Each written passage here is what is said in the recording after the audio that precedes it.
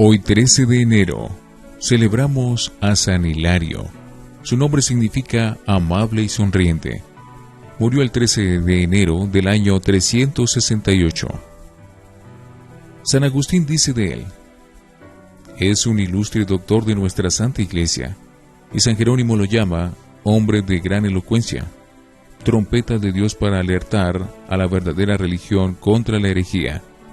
Y añade: San Cipriano y San Hilario son dos inmensos cedros que Dios trasplantó del mundo a su iglesia.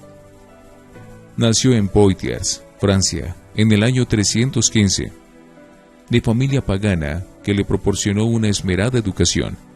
Hizo sus estudios en su ciudad y en Roma y Grecia durante 10 años.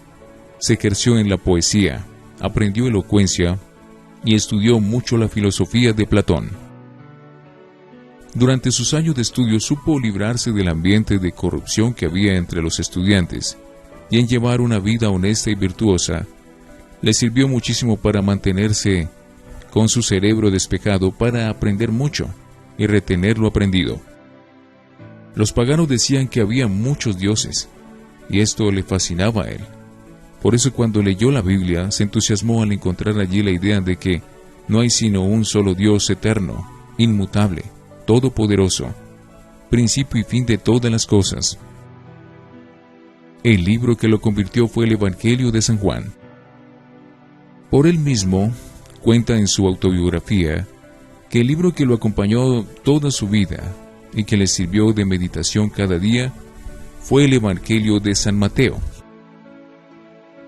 A los 30 años vivía atormentado con la idea de cuál será el destino que nos espera en la eternidad, cuando encontró el Evangelio de San Juan, y allí al leer que el Hijo de Dios se hizo hombre para salvarnos, en esa noticia encontró la respuesta a sus dudas. A él le sucedió lo que le ha pasado a muchísimos santos, que uno busca en diferentes lecturas, pero que una buena lectura puede cambiar su vida. Era casado y tenía una hija. En el año 345 se hizo bautizar junto con su esposa y su hija. Desde entonces se dedicó con toda su alma a leer y estudiar la Sagrada Escritura, y dejó toda lectura simplemente mundana. Venancio Fortunato, que escribió su biografía, cuenta que la vida de este hombre era tan virtuosa y de tan buen ejemplo que la gente decía que más parecía un santo sacerdote que un hombre casado. El año 350 murió el obispo de Poitiers, y el pueblo aclamó como obispo a Hilario. Su esposa y su hija, que se habían vuelto muy santas, se retiraron a vivir como fervorosas religiosas, y nuestro santo fue nombrado obispo. Desde entonces Hilario se dedica a la ocupación que va a ser el oficio principal el resto de su vida: combatir a los herejes arrianos que decían que Jesucristo no era Dios. Ario fue un hereje que se dedicó a enseñar que Jesucristo no era Dios sino un simple hombre. Los obispos de todo el mundo se reunieron en el Concilio de Nicea, año 325, y proclamaron que Jesucristo sí es Dios, y que el que niegue esa verdad queda fuera de la Iglesia Católica. Pero el emperador Constancio se dedicó a apoyar a los arrianos y a perseguir a los verdaderos cristianos. Nombraba obispos arrianos en las principales ciudades y desterraba a los obispos que proclamaran la divinidad de Jesús.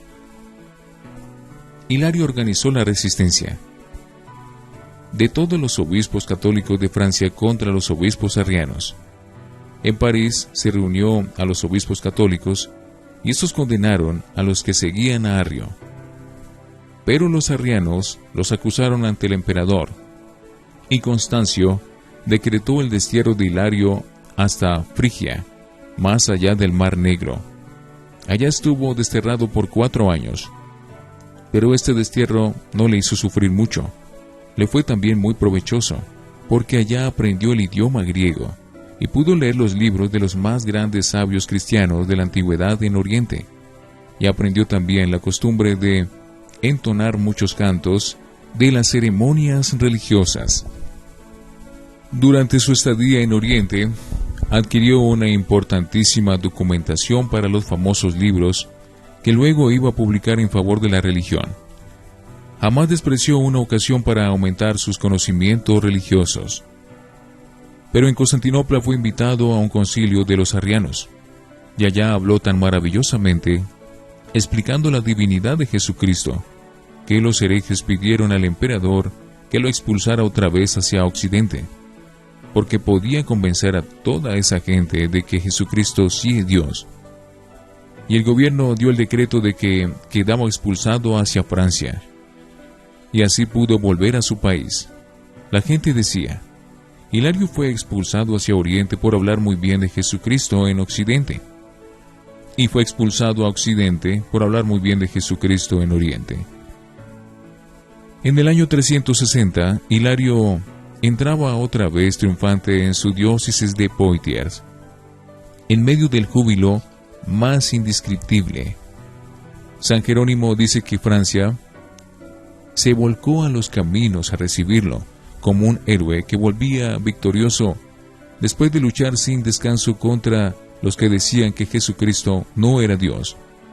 Y nuestro Señor, para demostrar la santidad del gran obispo, le concedió hacer varios milagros.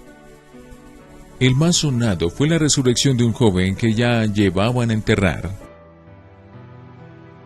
Llegado otra vez a su ciudad, el santo se decidió sin descanso a defender la verdadera religión y a combatir la herejía de los arrianos. En uno de sus escritos pone a Dios como testigo de que el fin principal de toda su vida es emplear todas sus fuerzas en hacer conocer más a Jesucristo y hacerlo amar por el mayor número de personas que le sea posible.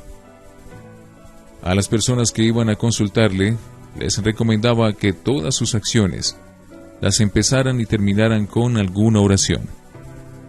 Y redactó luego su libro más famoso llamado La Trinidad. Es lo mejor que se escribió en toda la antigüedad acerca de la Santísima Trinidad. También publicó un comentario al Evangelio de San Mateo y un comentario a los Salmos. Otra gran obra de San Hilario fue reunir un grupo de personas fervorosas y enseñarles a vivir en comunidad, lejos de lo mundano, dedicándose a la oración, a la penitencia, al trabajo y a la lectura de la Santa Biblia. Entre las religiosas estaban su esposa y su hija. Entre los religiosos el más ilustre fue el religioso San Gregorio de Tours, que fundó después el primer monasterio en su país, Francia. En Oriente había aprendido que los arrianos y los gnósticos, para atraer gentes a cultos, entonaban muchos cantos, y él, que era poeta, se dedicó a componer cantos y a ensayarlos y a hacerlos cantar en las ceremonias religiosas de los católicos. San Isidro dice que el primero que introdujo en Europa la costumbre de entonar himnos cantados durante las ceremonias religiosas fue San Hilario. Años más tarde, San Ambrosio introducirá esa costumbre en la Catedral de Milán, y los herejes lo acusarían ante el gobierno diciendo que por los cantos tan hermosos que entona en su iglesia, les quita a ellos sus clientes, que van a donde los católicos porque allá cantan más y mejor. Una gran cualidad tenía este santo. Era extremadamente cortés y bondadoso. Cuando defendía la verdad cristiana contra los errores de la herejía, era un retumbante polemista. Pero cuando trataba de convencer a los otros para que amaran a Jesucristo, era un bondadoso padre y un buen pastor. La gente decía: en sus discursos es un león aterrador, en sus charlas personales es un manso cordero, en la lucha era un humano, pero en la victoria era extremadamente bondadoso y muy compasivo. Cuando un arriano dejaba sus errores y volvía a creer como católico, ni siquiera permitía que le quitaran el cargo que antes tenía. No quería humillar a nadie, sino salvar a todos. Los últimos años de su vida los empleó en defender de palabra y por escrito la divinidad de Cristo y la verdadera religión en Francia e Italia, y logró que a la muerte del emperador Constancio, la iglesia, que estaba siendo tan perseguida, volviera a resurgir con admirable rapidez en los países de Occidente. En el año 1851, el Papa Pío IX declaró a San Hilario doctor de la Iglesia, por la defensa heroica y llena de sabiduría que hizo de la divinidad de Jesucristo. El año 368, cuando estaba para morir, los presentes vieron que la habitación se llenaba de una extraordinaria luz que rodeaba el lecho del moribundo. Quedaron deslumbrados, pero apenas el santo entregó su espíritu, la luz desapareció misteriosamente. Señor Jesucristo, te pedimos que, como tu amigo San Hilario, nosotros empleemos también nuestra vida y nuestras fuerzas en hacerte conocer y amar más y más. Amén. San Hilario, ruega por nosotros.